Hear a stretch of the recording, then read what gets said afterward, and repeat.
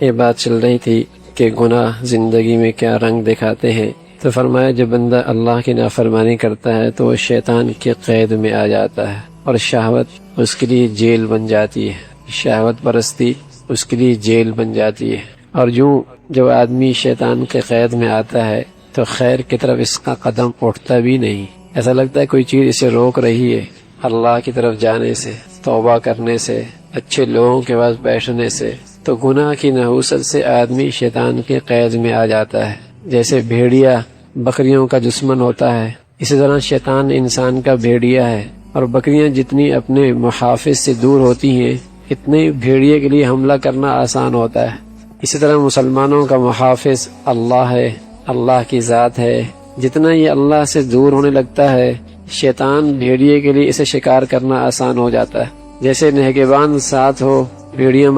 بکریاں محفوظ ہوتی ہیں کہ بھیڑیا آیا بھی تو نگران موجود ہے، بچ جائیں گے۔ اسی طرح یہ انسان جب نیکی اور تقوی اختیار کرتا ہے تو اللہ کی حفاظت میں آ جاتا ہے، شیطان وسوسے بھی ڈالتا ہے تب بھی بچ جاتا ہے، اعوذ باللہ پڑھ لیتا ہے، ہوشیار اور چکنا ہو جاتا ہے۔ لیکن جب اللہ سے دور ہو جاتا ہے گناہ کر کر کے تو پھر شیطان کے قید میں آتا ہے، وہ پھر اس سے کھیلتا ہے، مذاق کرتا ہے۔ شیطان 3 آدمیوں سے کھیلتا ہے، ایک وہ جو اللہ کی یاد چاہے اور اس کی حلاوت چاہے، دنیا کی محبت ساتھ لے کر شیطان اس سے مذاق کرتا ہے کہ دنیا کی محبت دلی میں بیٹھا ہے اور اللہ کی یاد کی حلاوت لینا چاہتا ہے، اور اس شخص سے جو اللہ کی رضا چاہے اور اپنی نفس کی مخالفت کرنا بھی اسے نہ آتی ہے، اس کی بھی ہمت نہ کرتا ہو، شیطان اس سے بھی کھیلتا ہے۔ اور تیسرا وہ جو اخلاص چاہے اور یہ بھی چاہے کہ لوگ اس کی تعریف کریں، کھیل رہا ہوتا ہے شیطان کہ ہے دنیا پرست اور چاہتا ہے کہ اسے عبادت کی حلاوت، ذکر اللہ کی حلاوت مل جائے، نفس کی مخالفت کرنے کے لیے تیار نہیں اور چاہتا ہے کہ اللہ کی رضا مل جائے، لوگوں کے ہاں شہرت چاہتا ہے، تعریف چاہتا ہے اور چاہتا ہے کہ اخلاص کی دولت مل جائے۔ تو شیطان ایسے آدمی سے کھیلتا ہے، مذاق کرتا ہے۔ تو میرے عزیزو، جب اللہ کی نافرمانی ہوتی ہے تو اس کے پاؤں میں شیطان کی بیڑیاں آ جاتی ہیں، پھر نیکی کی طرف پاؤں اٹھتا ہی نہیں ہے، طبیعت مائل ہی نہیں ہوتی، نہیں دل کرتا سجدہ کرنے کا، نہیں دل کرتا زبان کھولنے کا تلاوت کا، نہیں دل کرتا مسجد کی طرف رخ کرنے کا، بیڑیاں پڑ گئی گناہ کی نحوست سے۔ ملازم ساتھ تھا، صاحب بھی ساتھ تھے، ملازم نے کہا 2 رکعت مسجد میں جا کے پڑھ لوں، تھوڑی دیر ہو گئی۔ بھئی کیا بات ہے، نکلے نہیں، آنے نہیں دے رہا، حیران صاحب کون نہیں آنے دے رہا، پریشان۔ فرمایا وہ جس نے تم سے توفیق چھین لی اندر آنے کی، وہ اللہ آج ہمیں اندر سے باہر نہیں آنے دیتا۔ تو جب نیکیاں ہوتی ہیں تو آدمی نیکیوں کے قلعے کے اندر آ جاتا ہے، پھر نیکیوں سے باہر نکلنا اس کی مشکل ہو جاتا ہے، اور جب گناہ کرتا ہے تو شیطان کی قید میں آ جاتا ہے، اس کی بیڑیاں پاؤں میں لگ جاتی، قدم نہیں اٹھتا۔ تو یہ گناہ کی نحوست ہے۔ تو جو شخص بھی جتنا اللہ سے دور ہوگا اتنا ہی شیطان اور شیطانیت اس پر مسلط ہوتی چلی جائے گی اور اس کی قید میں آتا چلا جائے گا۔ پھر گناہ کی شرط درجے مختلف ہیں۔ آدمی جب غفلت اختیار کرتا ہے تب بھی اللہ سے دور ہوتا ہے، لیکن گناہ کرتا ہے پھر یہ دوری غفلت سے بھی بڑھ کر ہوتی ہے۔ پھر جب بدعت کرتا ہے تو یہ دوری معصیت سے بھی بڑھ کے ہوتی ہے۔ پھر جب نفاق کرتا ہے تو یہ دوری بدعت سے بھی بڑھ کے ہوتی ہے، اور جب شرک کرتا ہے اور کفر کی طرف جاتا ہے تو پھر انتہا ہو جاتی ہے دوری کی، اور بس اوقات اللہ ہمیشہ کے لیے پھر فیصلہ فرما دیتے ہیں، ختم اللہ علی قلوبہم، اب تو مہر لگ گئی، اب تو ایمان نہیں ملنا۔ پھر موسیٰ علیہ السلام نے دعا کی، ربنا اطمس علی اموالہم واشدد علی قلوبہم فلا یؤمنوا حتی یروا العذاب العلیم۔ حضرت موسیٰ علیہ السلام نے دعا کی کہ اے اللہ اب تو ان کے مال کو ملیاں میٹ کر دے، ان کے دلوں کو مست کر دے، اب تو انہیں ہدایت دے ہی نہیں۔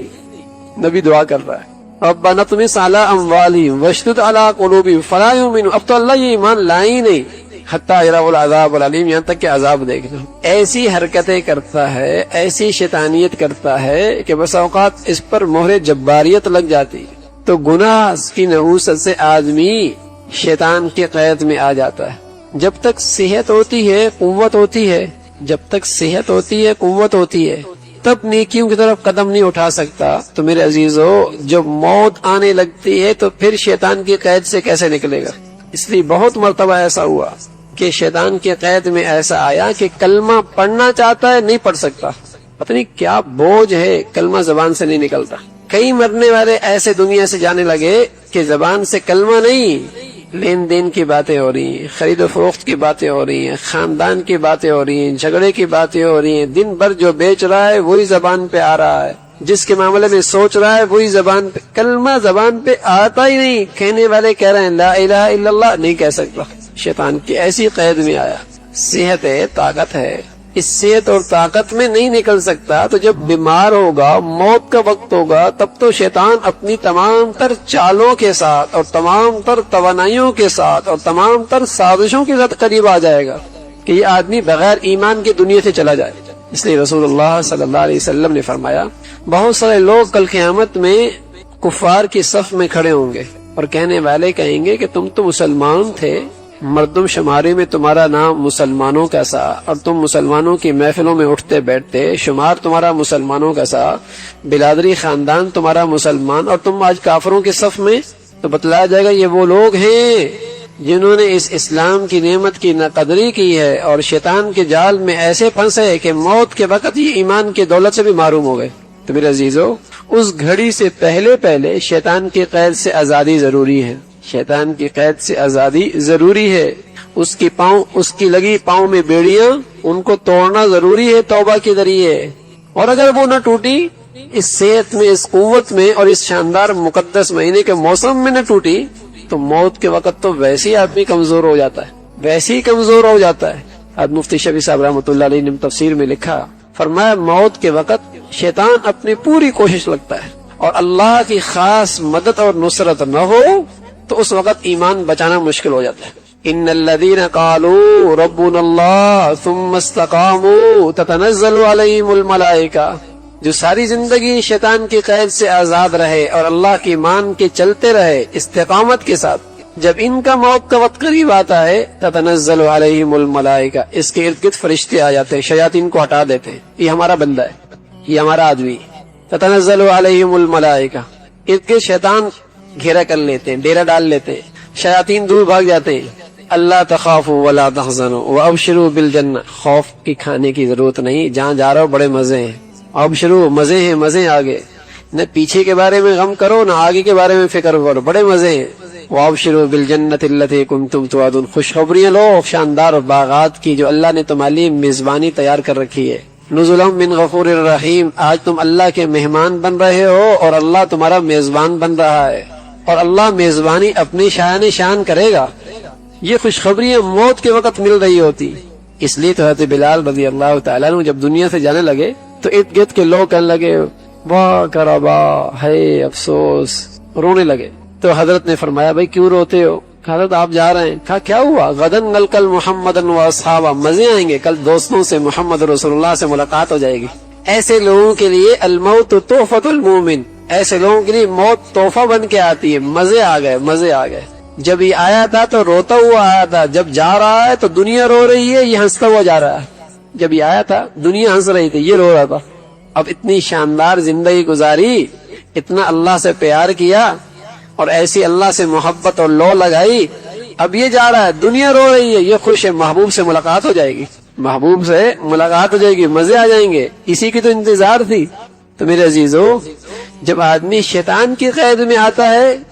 تو زندگی میں، صحت میں جب اللہ کی طرف نہیں متوجہ ہو سکتا تو موت کے وقت پھر کلمہ نہیں، کلمہ کہنے والے تلقین کریں پھر بھی زبان سے نہیں نکلتا۔ ایسے دسیوں نہیں ہزاروں عبرتناک نمونے ہیں، اسپتالوں میں جا کے دیکھیے مرنے والے کتنی کی زبانوں پہ کلمہ آتا ہے، کتنوں کی زبانوں پہ نہیں آنا۔ تو شیطان کی قید میں جب آدمی آ جاتا ہے تو پھر نیکی مشکل ہو جاتی ہے،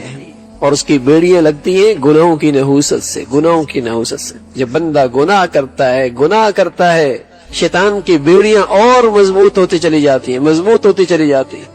اس لیے فرمایا گناہ کی نحوست سے آدمی شیطان کی قید میں آتا ہے۔ وَإِنَّ الْمَعَاصِي سَبَبٌ فِي سُقُوطِ الْجَاهِ وَالْمَنزِلَةِ عِنْدَ اللَّهِ وَعِنْدَ خَلْقِهِ، اور اس گناہ کی نحوست سے